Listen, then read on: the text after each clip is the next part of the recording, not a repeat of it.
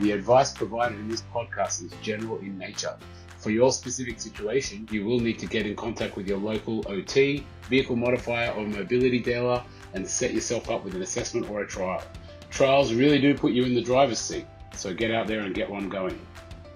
Before we get started, we just want to do a quick shout out to our sponsors who make this show possible: Mobility Engineering, Driving Well, and Williams OT. This show takes time and money to put together, and we are forever grateful for their passion for our industry. Okay, enough of the business. Let's get on to the interview with Jenny and Brad. G'day and welcome to the Drive Able podcast. My name is Brad Williams and with me is Jenny. How are you going, Jenny? I'm great, Brad. How are you? Very, very well. Today we're going to talk about OT driving assessments in Western Australia, and we're going to be doing that with Chris Pearce. Chris is a driving OT in WA, and his business is called Occupational Therapy Services Group. OT Services Group provide a variety of specialty occupational therapy services to the Perth metropolitan region and the surrounding rural areas. Their services are divided into 5 areas and are designed to enhance a person's safety and independence, helping the person to keep an active lifestyle. But we're going to talk to him specifically today about the driving landscape over there in WA. Jenny, are you ready to get into this episode? I am. I'm really looking forward to hearing from Chris because I know nothing about the driving scene over there in Perth and WA. And as an East Coaster, it always seems so far away. I love Perth. I've visited quite a few times. So I'm really looking forward to hearing Chris's stories and experience. Yeah, and as you'll probably understand through this episode, Chris is a real leader in this space throughout Australia. So we're really excited to have him on, and let's get this underway. Let's do it. Driving Well Occupational Therapy loves working with people of all ages and with all kinds of medical conditions to safely give them the opportunity to explore their driving goals. Hi everyone, I'm really excited to get into today's interview. Today we have Chris Pearce joining us. G'day Chris, how are you going? I'm good, Brad. How are you? Very good, thank you. Hi Chris. Can we start this podcast interview by asking you to introduce yourself and tell us a little bit about your background and your world over there in WA. Okay, I'm Chris. I'm an occupational therapist. I'm based in Perth, WA. I'm running an OT-specific private practice over here. And my passion or my area that I work in is driver assessment rehabilitation. I sort of fell into the area, probably started in hospitals and doing my hospital rotations and supporting people on wards and to get back into the community. And so, there was a bit of a difficulty in WA that we didn't have people supporting people to return to driving. It was the question that sort of constantly came up. And so qualified as a driving assessor back in 2009. 2009. I was 2008. Jen, when was you? When did you do your qualification? 2012. 2012. You're the young blood of the group. But we've all been doing this for a long time now. Very long time between the three of us. Between the three of us. So there's a fair bit of experience coming to you with this podcast episode today. We're going to ask you, what's the scene like there in WA? And is it a little bit different to other areas of Australia? Like how many driver trained OTs are there, and how does it operate and work in WA? Yeah, I think I always say that WA is different to the rest of Australia. We knew that anyway. We knew that. That's demonstrated in politics and every other sort of area that we interact with the other states and territories. And I think OT and driving is no different. We have a really strong community of driving assessors now, but it has been a very small community for a long time. Sort of back when I went into driving, there was really me and one other person starting up at the time. And the girl that had been providing driving assessments for many years prior had retired, and sort of there was no one filling or meeting that gap. And so we kind of worked together to sort of work out how it works, and build a relationship with Department of Transport and how it was going to apply within our licensing system over here, and have maintained a really good relationship between providers. So I think now we probably have. I think we had an annual day earlier this year, and there was probably about, I'm going to say 15 to 20 therapists that attended between some, different providers. Yep. For most of my career, there's been sort of two providers, us and another, our old ILC, used to provide driving assessments. And so they no longer provide assessments, and now we've probably got about 8 different providers, but a lot of people who are just sole driving assessors within a larger organisation, or just owner operators providing assessments. So that connection and that little community that we have is really important for us to support each other across the different services. And you've got quite a decent sized team now, Chris. At OT services, we provide other OT services, and so I think we've got 6 driver OTs, wow. And then a couple of driving instructors working with us. Yeah, wow, that's a big group of people that you have to coordinate, and especially with cars and driving instructors and so on and so forth. The driving assessment process and the rehab process is quite complex. How do you manage all of that, and how's it grown to be so big? Has it got to do with the NDIS, or is it just knowledge within the system? How do you cope with that many, and how's it got to be that big? The first thing I would say is that I don't do it personally. There's a really good team here who help coordinate and support our therapists. So as a team, we're at about a size of about 35 to 40 people at the moment, and we have probably almost 25 OTs and therapists and OTAs and instructors, so it is a lot to coordinate. The driving assessment and rehabilitation is probably the hardest area, as we were sort of saying. Lining up the resources, the rooms, the assessments, the driving instructors, the correct vehicle and modifications, and then another room to sort of regroup after the assessment, is a lot of coordination, and we are all sharing resources. So it's just about having a good team. I'm actually so my mum is an OT, and so I was brought up around occupational therapy, and it's always been a part of my life. And I would say my mum is a very good OT. She's been a very good mentor and sort of inspiration for me. And so I'm very lucky to have learnt from some of the best. And I think it has grown really based on that outcomes focus, focusing on the service users, focusing on the team, and not so much the KPIs and the business size, and that indirectly it's sort of continuing to slowly grow. Oh, shout out to Mrs. Pearce. She's done an amazing job by the sound of it. Congratulations to her, because from what we understand, Chris? Sorry? Does she work with you? Yeah, she still works here. I'm not allowed to say her age anymore, but we actually have another therapist who was a really big mentor for me, and who works here that trains with mum as well. So our average occupational therapist age here is a little bit higher than your average practice as well. What a legacy. What a legacy. Really, really cool, because obviously we've got new grads, and then we've got sort of end of career, and having that diversity within the experiences and knowledge really supports everybody. It's really good. Well, just while we're talking about OT services in general, you've got what's like an independent living centre there as well, where people can come and test out or try equipment and things like that as well. Do you want to talk about that?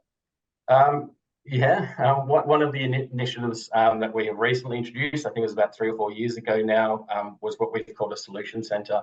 And so really it was about what we feel was meeting a gap in the market. And so when NDIS was introduced, what we noticed, and because we've been operating for, like you, a long time prior to NDIS, everything was sort of decentralising and sort of being compartmentalised across the community.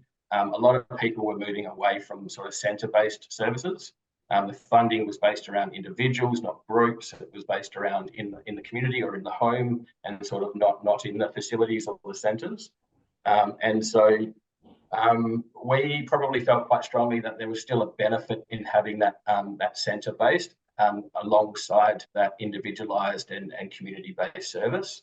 And so have moved to develop what we've called a solution centre, which is a bit of a community centre, which is supported by some business operations over here. So some of the equipment suppliers have financially supported its operation.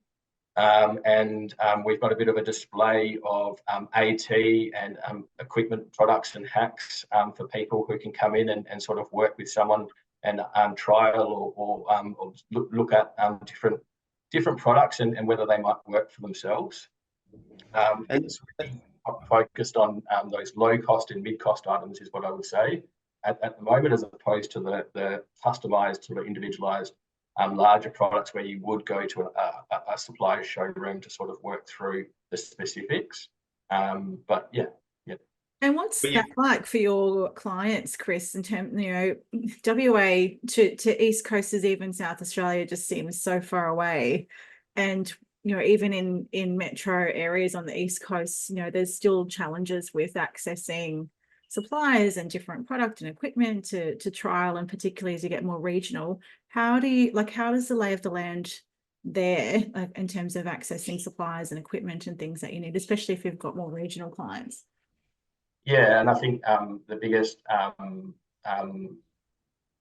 comment there for me is just that we base a lot of our services from Perth. So not just us as a practice, but just as a bit of a health industry. And so it's quite a normal experience for people in this space to have to come to Perth to do trials. And because we have so fewer providers and fewer opportunities. And so have probably managed that by trying to, lump like by like activities in a similar sort of area to be able to support people to access them. Unfortunately, that means that people do have to come to Perth, or that they, even within the community, they have to come from Mandurah up to Malaga, say, to do a vehicle modification often. But it's been our way of managing the scale. We're smaller and we don't have the number of opportunities or suppliers that are available in the States. Do you do any regional work? Especially, we'll focus back in on driving because that's what the podcast is all about. Do you do much regional work then for driving? And if it's a double-barreled question, the people that are in the community that maybe have a restricted license or a suspended license or something like that, or struggle to actually drive to see you because they haven't got a license or a car to do that. How does that all work? Western Australia is huge. It's massive from top to bottom and side to side. How does that all operate? I'm sure it's a massive expense to get to Perth. We just make it work. I don't know how to answer that really. We do provide regional services. That's been really, really important to our practice to continue to provide. And access to services is something that we want to try and support as a practice.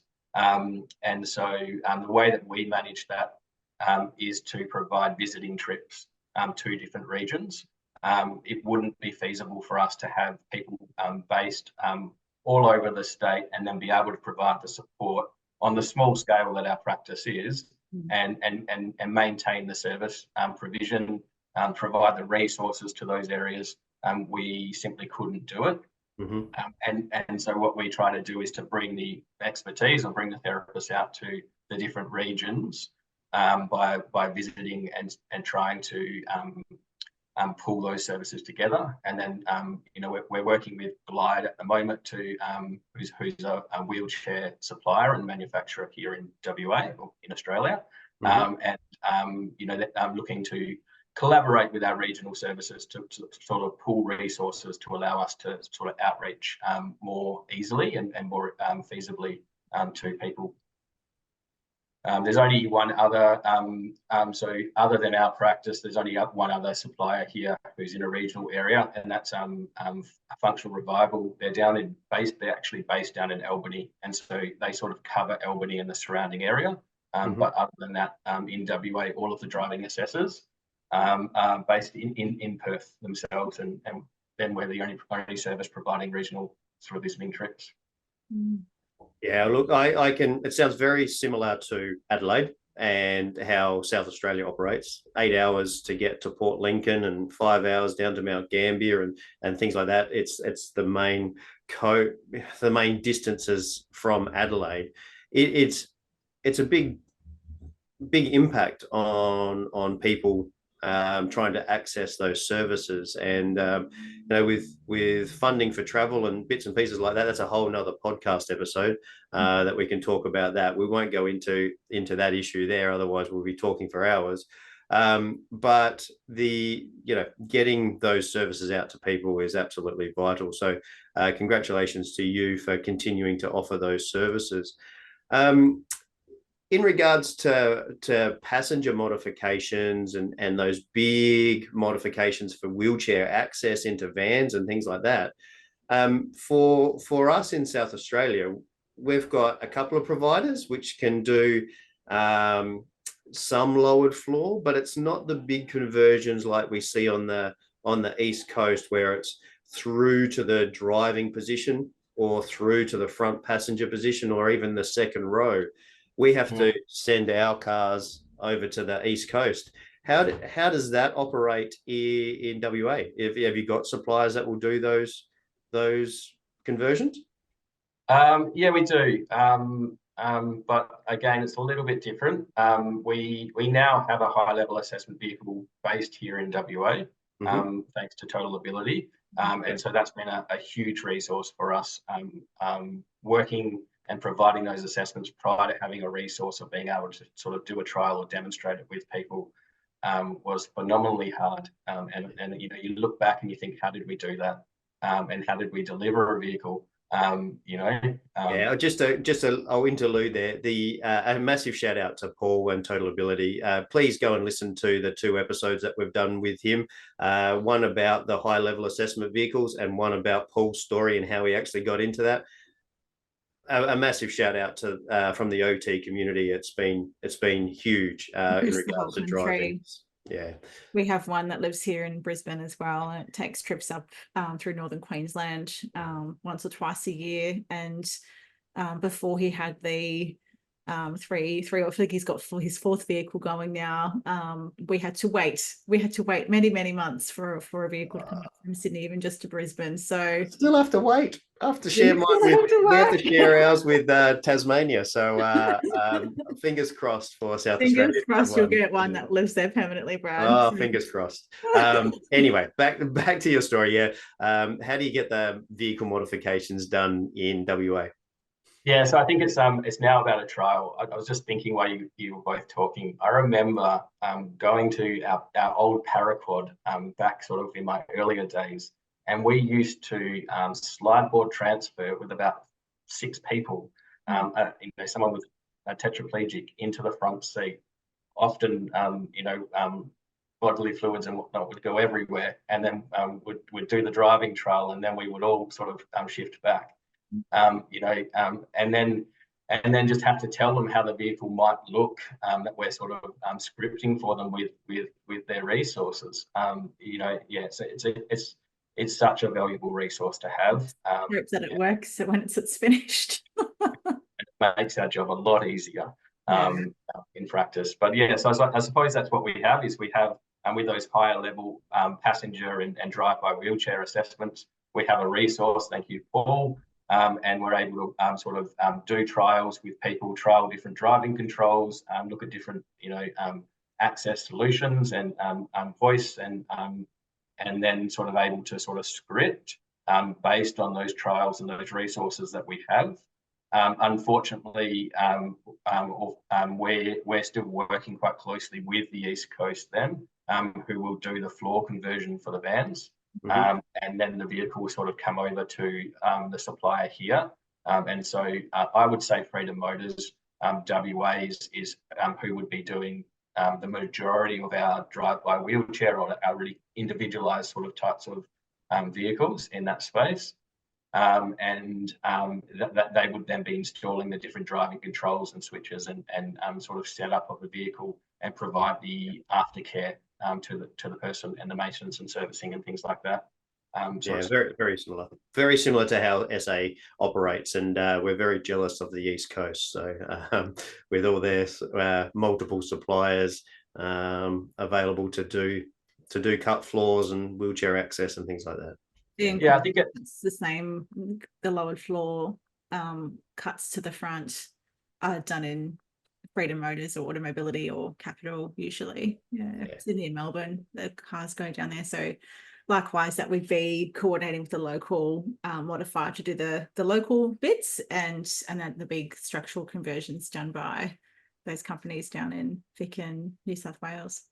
Yeah. I suppose before that is a bit of time and money. You know, we did an assessment yesterday and the person's bought a vehicle here in WA, in Perth, and so that will be sent over to Sydney, the floor converted, and then it will come back for its modification. So it probably is adding up a lot of time to the overall delivery, and there would be expense in sending the vehicle back and forth. But it's much better than what we've had before, and we're able to support a great number more people to go back to driving in those situations. Can you tell us about an interesting client that you've had recently, Chris? An interesting client. They're all interesting. Yeah. One that stands out to you, the conversions. I know that Brad, I've seen you work with a couple, but for me, something that has been newer more recently is clients driving without use of their arms. And so we recently did a bit of a feature on that, and we've got a few clients at the moment that we've been able to support back to driving, and that's just phenomenal, I think, to see someone adapt and learn and be able to do all of the driving manoeuvres with foot steering and foot controls, and especially more recently we had someone who's actually had an acquired neurological condition, and so he's grown and lived his whole life using his arms, and then more recently had to adapt to using his feet, and taking a step back and thinking about that yourself, and thinking about having to adapt to everything that you do, because he's got flail arm syndrome, so he's got no use of his upper limbs, just to see him adapting to everything has been absolutely phenomenal, amazing to be a part of. He sort of stands out at the moment, but he's only we delivered his vehicle I think last week, so he's fresh in my mind as well. That's the best day. Yeah, absolutely. It's kind of what we live for as driver trained OTs, is that handover of vehicle and waving them goodbye on their first drive. It's pretty outstanding. Now, Chris, the other thing that we wanted to have a chat to you about is your role as an OT driver assessor, but you're also, like me, qualified as a driving instructor as well. How we wanted to talk to you about that side of things, because it's a bit of a hot topic at the moment. So we wanted to have a chat to you about how that operates. The first thing we wanted to ask you is, what do you need to go through to be able to become a driving instructor? How much training and qualification, how do you get that qualification to be a driving instructor in the first place? This is just for anyone who wants to be a driving instructor. Yeah, I think it differs slightly between the states. We have two processes here in WA at the moment, and so one is to get Cert 4 in transport and logistics. And so for me, what that meant was going to sort of a group training organisation and doing a course. I think that was sort of contact for about 2 weeks, And then there were some practical elements on top of that and assessments that we needed to do. And then sort of I obtained my certificate 4 in transport and logistics, and then applied to Department of Transport with that to be a registered driving instructor. We still have another sort of older mechanism where you can sit for your driving instructor license with Department of Transport, to our Road Traffic Authority. And so, as I understand it, you're doing a extended PDA about it's a practical driving assessment. I think it goes for an hour, and then I think there's a second follow-up one, and one is an assessment of your driving, and one is an assessment of your instructing, and then you're sort of being critiqued and need to meet a standard to obtain that driving instructor qualification. In that situation, you would need to continue those assessments every 3 years to maintain your driving instructor sort of certificate. Whereas when you have the Cert 4 in WA and apply and become registered, you just need to sort of maintain your registration and pay your bill on time. Your fees. A little bit different to how I had to become a driving instructor in South Australia. Ours is the Cert 4. But we have to be registered with the Department of Transport. So ours is the Cert 4 in logistics, the training, so forth there. And then we have to pass that on-road practical and teaching practical as well, to be able to, well, basically charge money to be able to instruct somebody in a car, different to being a supervising driver. And then we have to, every 4 years, have to resit our theory test and make sure that we're continue to be registered. And then there's 2 levels above that, of which I'm not at those 2 levels. They're the people that actually sign off on licensing. One is the logbook or the competency-based training method, and the other one is sitting a test at the end. They're 2 different levels of instruction that are above me and require additional training and assessments above that to be able to actually sign somebody off. So how do you make that work with being a driver trained OT as well? Well, I'm wondering, I guess, Chris, why you made that decision to add that to your repertoire. What was it that, obviously, there must have been a bit of a gap in service provision, and we've talked about the challenges in, with the driving assessment so resource heavy and booking and coordinating everything. So how did you go from there to I'm going to be a driving instructor as well? Yeah, I don't have an exciting story. It was a logistical reason for us, or for me. If I go back, we were a very small practice. We had our ILC, which was the only other service that had the driving assessment clinic, and they had the bigger clinic at the time. And so, we didn't have instructors who had experience in the area to work with. And then those few people that we did have, a couple of people, probably we were located a little bit further out of their catchment and not the priority. And so for us, it was really initially a logistical. For me, it meant that I could support people who were coming into the area and provide, that supervision and mentoring. Instructors? Sorry?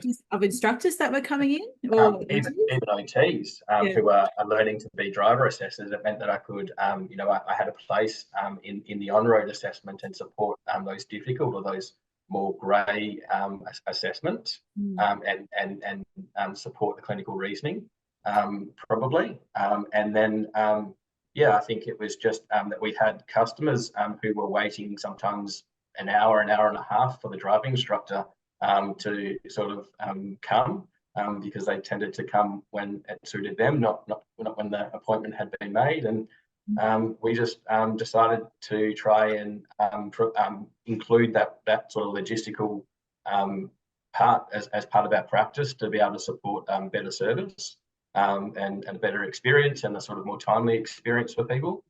And then we, at the time, there was another therapist that was working with us, and she was Jill Smith and PRPP trained. And we started to then think about, well, maybe there's more applications than just logistics for us. We had these clients. I remember one that we actually did a case study and presentation on, and he was a young man with an ABI, and he would bounce back every year under our road traffic authority, and we would provide an assessment and say, yes, so and so is fit to drive. We support him, provide him with the lessons and the resources to sort of learn to drive. But he just wasn't sort of pushing through. He was a learner driver, and so he wasn't sort of progressing at the time with getting his license. And when we spent more time, Jill and I just really felt like the issues the instructor was experiencing were things that we as OTs would deal with in the community and support people within the community. Remembering to bring your learner's permit to a lesson, sometimes some of those interpersonal skills and behaviours when you're driving, and staying in the vehicle, not yelling at other drivers, and sort of that some of the difficulties the instructor was really having with this person wasn't around knowledge. It was really around their behaviour or their cognitive processing. And so that their disinhibition. And so I think we started to get involved with him at that point, and then we kind of felt, he progressed through and he got his license, and we felt really proud of what we had achieved. And then we sort of asked ourselves, why aren't OTs doing this? OT is assessment for intervention. What's the purpose of doing an assessment and doing nothing with the assessment? We're getting all of this valuable information about someone.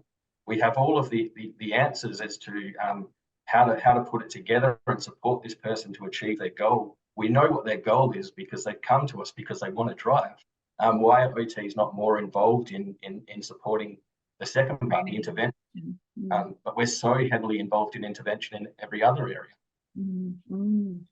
Yeah, I totally agree with you. Totally agree with you, Chris. And I'm biased in regards to that opinion, but we're lots of success stories, and we are using OT intervention when in the car, and it's a different mindset. A lot of stuff that we take for granted as OTs because we've been practicing it for years, that when you sit down and start discussing these with driving instructors, even though they've been in the industry for so many years, those different concepts, those different practice methods, that once you've been an OT for a while, you kind of forget that you had to learn all of those things. And it's a 4-year uni degree to learn all of those ways of being a life coach, being how to get from A to B, and chunking it and breaking it down into its small components and working on those small components. And it's a lot different to teaching road law and road craft. I think the other difference is, we're working in this space 24/7. This is our jam. This is what we do. A lot of the instructors that we work with, they work with our practice on a Thursday and Friday, and on a Monday, Tuesday, Wednesday, they're working with the general public in just driving procedures. And Brad, it's a very regimented process. Lesson 1, lesson 2, lesson 3, your driving procedures are, and then you've got to be really individualized, adaptable. You've got to grade your intervention. It's a different process, and so it's easier if you're in the space 24/7 to be able to stay there and be individualized and adaptable. Whereas I've found when people sort of come in and out of the area, it is very difficult to just sort of work with one person and then go back to everyday business for the rest of the week and provide the same level. Yeah, I think it's very easy for particularly more instructors who are dabbling a bit in the disability space. It's very easy for them to forget to stop their sort of spoon feeding is what I see, that they are constantly talking and giving coaching, and obviously coaching is needed where it's due, but not providing opportunities for that learner driver or that rehabbing driver to start to implement those things on their own. It's been a big issue that I've seen with instructors that aren't working in that space regularly. Yeah. So is that sorry, I'm going around, I've got many things going around in my head, and I'm trying to pick the right one to ask you to start off with, Chris. The way that we practice here is that we still have an OT assessor in the front, in the back, and then when it's a difficult case or we need some problem solving, some real significant problem solving, and two heads are better than one, two OT heads are better than one, we have a driver trained OT that is duly qualified as a driving instructor, jump into the front seat for the safety, but also for that extra level of complexity. Is that how you operate there in Perth as well for the assessment? Yeah, I would say I think there are times where it's appropriate for the OT to work with the client or the driver themselves. And for me, that's maybe when you're doing an assessment for vehicle modifications. It's an acquired condition or it's a new assessment. I find it as an assessor difficult to spend, a couple of hours with someone, break it down, build a rapport. I've built a really good knowledge of vehicle modifications over my career, and can support that sort of initial trial of different modifications or assessment to determine whether hand controls might be appropriate. For me, that's not so much a capacity assessment. There's often no cognitive or behavioural visual element to it. It's often just a very physical presentation. And so, in that situation, I really question the need for that third resource, because often those assessments happen in a car park or a very sort of quiet sort of residential area, and you can control safety by more than just a brake pedal or an accelerator on the passenger side. You control it by the task that you're asking the person to do or the environment that you're driving in. And so you can sort of still have a lot of safety provisions in place in doing it by yourself. But then that sort of everyday business sort of OT driver assessment, which is a capacity assessment in Perth. We're supporting each other. We have some OTs under our practice's umbrella that are dual trained, and then we have some driving instructors as well. And so we're trying to coordinate the appropriate people with the assessment. If it's a difficult assessment like you, Brad, it's really nice to have someone else who has that similar background to support the clinical reasoning. If it's someone, a young kid with an ABI who lives in a particular area, and we know that they're going to need some follow-up support, we might pick a particular driving instructor to be involved in that assessment, so that you're starting to build that continuity for their journey as well. And so I think it's allowed us just to be really a little bit more individualized, which has been to the benefit of the service user or the driver, that because they've got more continuity and probably leaner sort of resources and a more timely assessment, because logistically it's just a bit more efficient as well.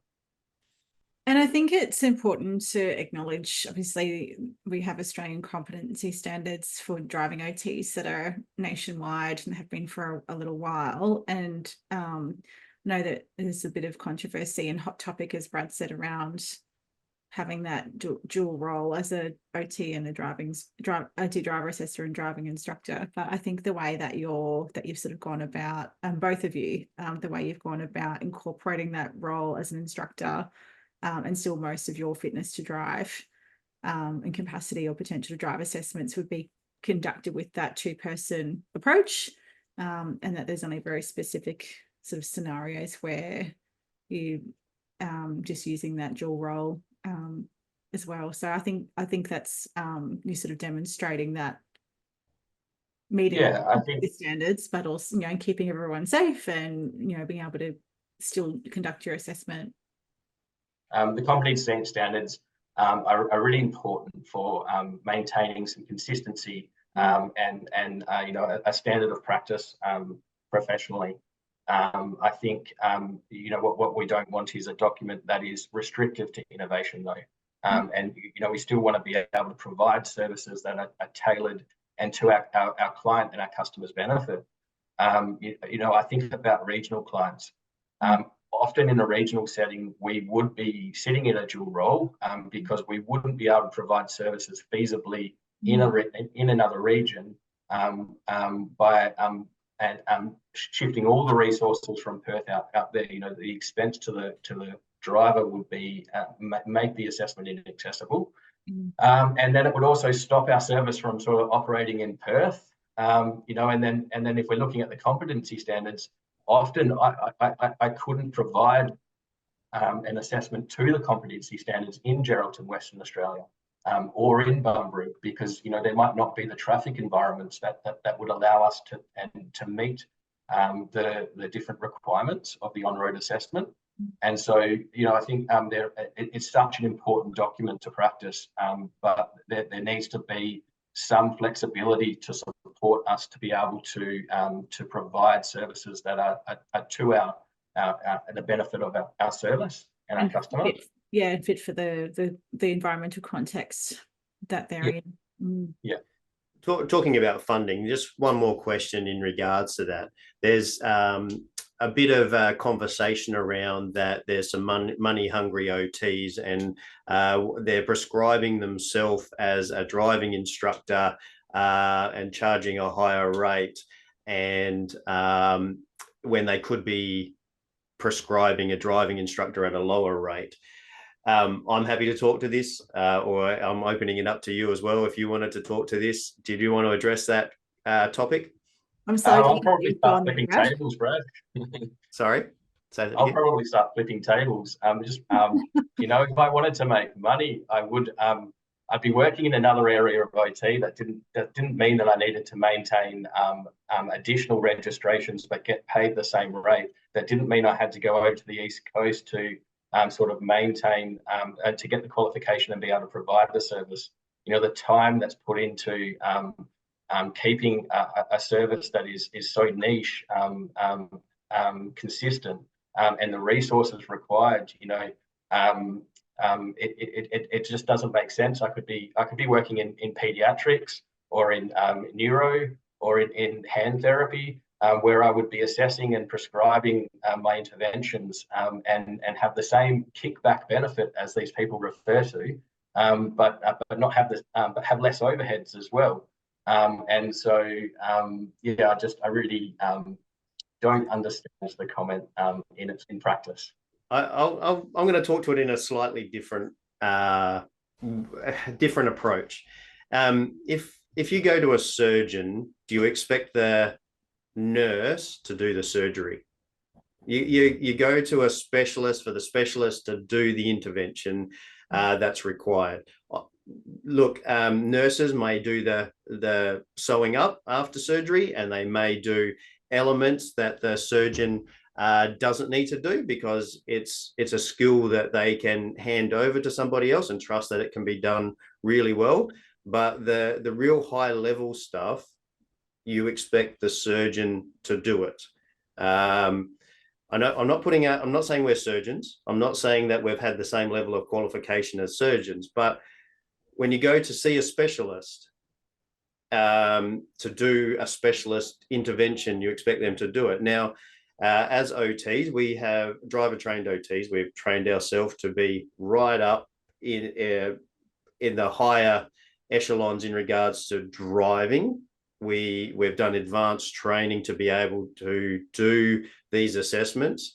And people come to us expecting that the OTs are going to help overcome the issues and not just assess them and then hand it over to a allied health assistant, which is basically a driving instructor, to do all the intervention. So it's not that it's when it's appropriate, we will hand it over to a driving instructor, and the driving instructor can then do the road craft and the road law knowledge. But for the high level intervention, which is really OT based, they're expecting an OT to do it. And we're using our clinical judgment to pick and choose what the right intervention is for the client. Have I made sense there, Chris? Yeah, I couldn't make more sense. And the other place I'm going is, it's changed me as a driving assessor. Let's 100%. put all of the money off the table. Being involved and seeing and understanding and what the journey that people go through, and seeing, your vision come to fruition. Those experiences you then carry forward as an assessor, and you build on that, and it changes you. What surgeon would prescribe surgery having not providing the surgery? Technology and vehicles are changing, roads are changing, traffic changes, behaviors change. It's really important to be involved in what you're overseeing at the cold face. It's sort of, for me, I feel it's changed me as an assessor for the better. All right, we can see that people are starting to arrive at your work in the background there. I think you got up at some ungodly hour over there in WA to do this assessment of this podcast with us, and we really want to thank you for that. Before we wind up, is there anything further that you want to talk about, maybe the OT exchange or anything else that's exciting over there in WA in the near future? Lots of exciting things happening over here, but I think I should plug the OT exchange, given I'm supporting the convening of it.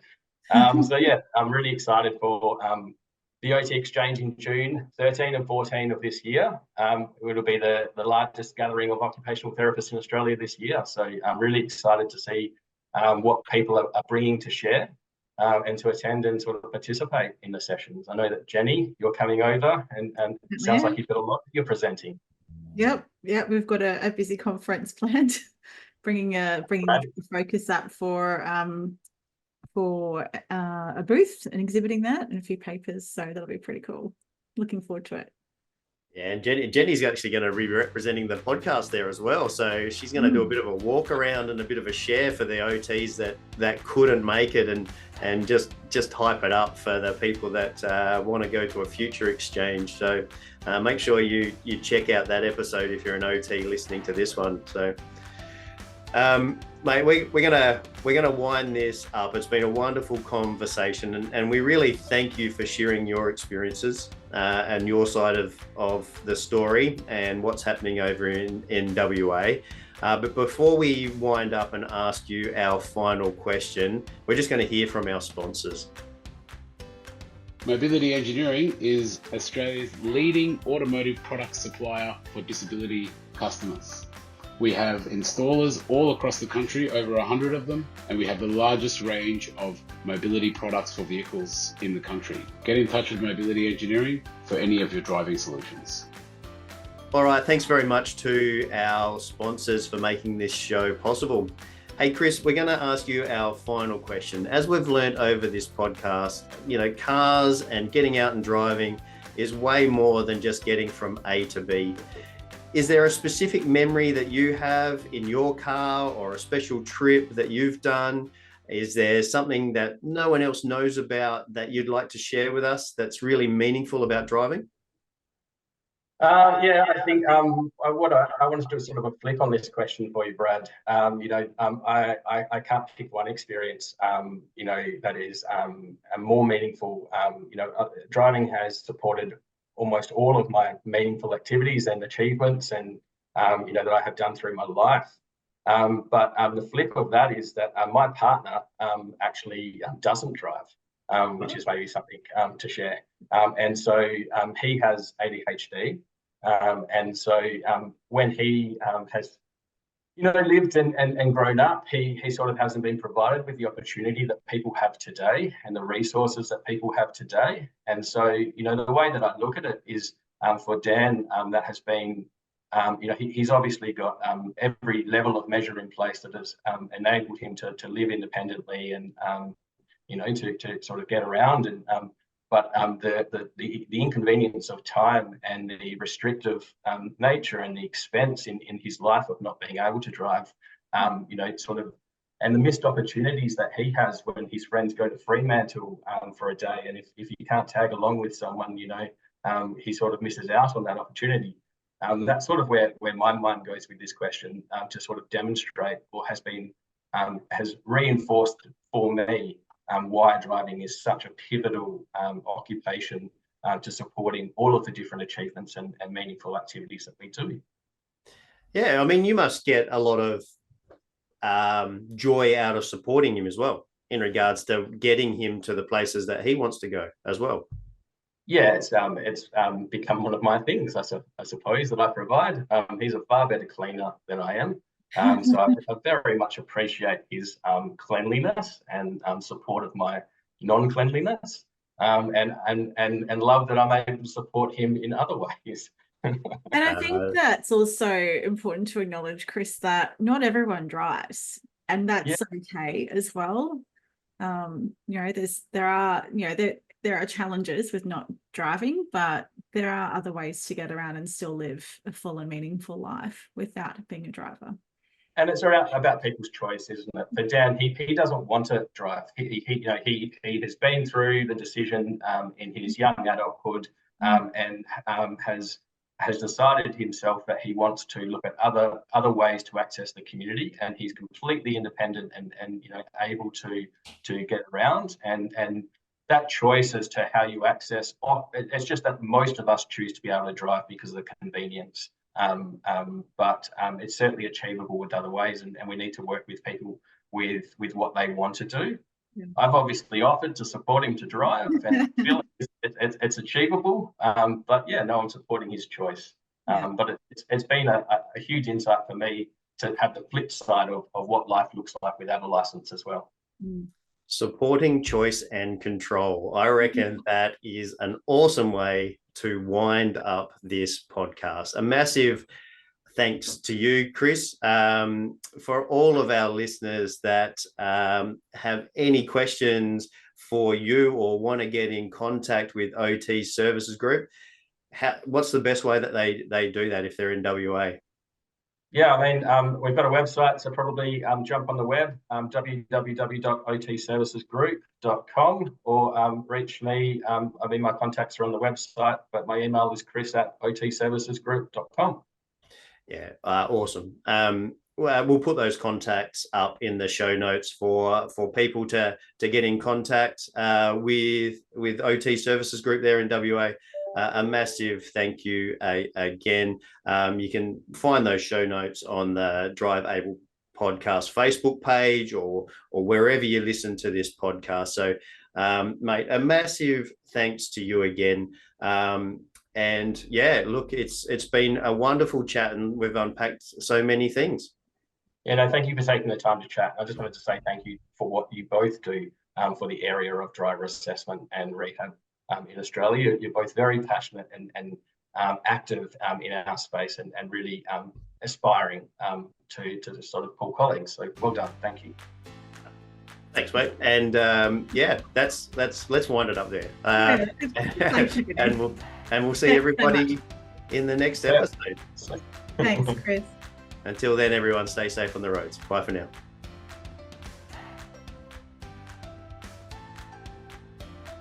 As we wind up this episode, please remember that the advice provided in this podcast is general in nature. For your specific situation, you will need to get in contact with your local OT, vehicle modifier or mobility dealer and set yourself up with an assessment or trial. Trials really do put you in that driver's seat. If you like what you've heard, make sure you like, rate and subscribe. It really does make a massive difference. If you or anyone you know would like to share a story about driving with a disability, or you would like to get in contact, find the show notes, or find the resources mentioned in this episode, you can find us on Facebook. Just search @DriveAblePodcast for more information.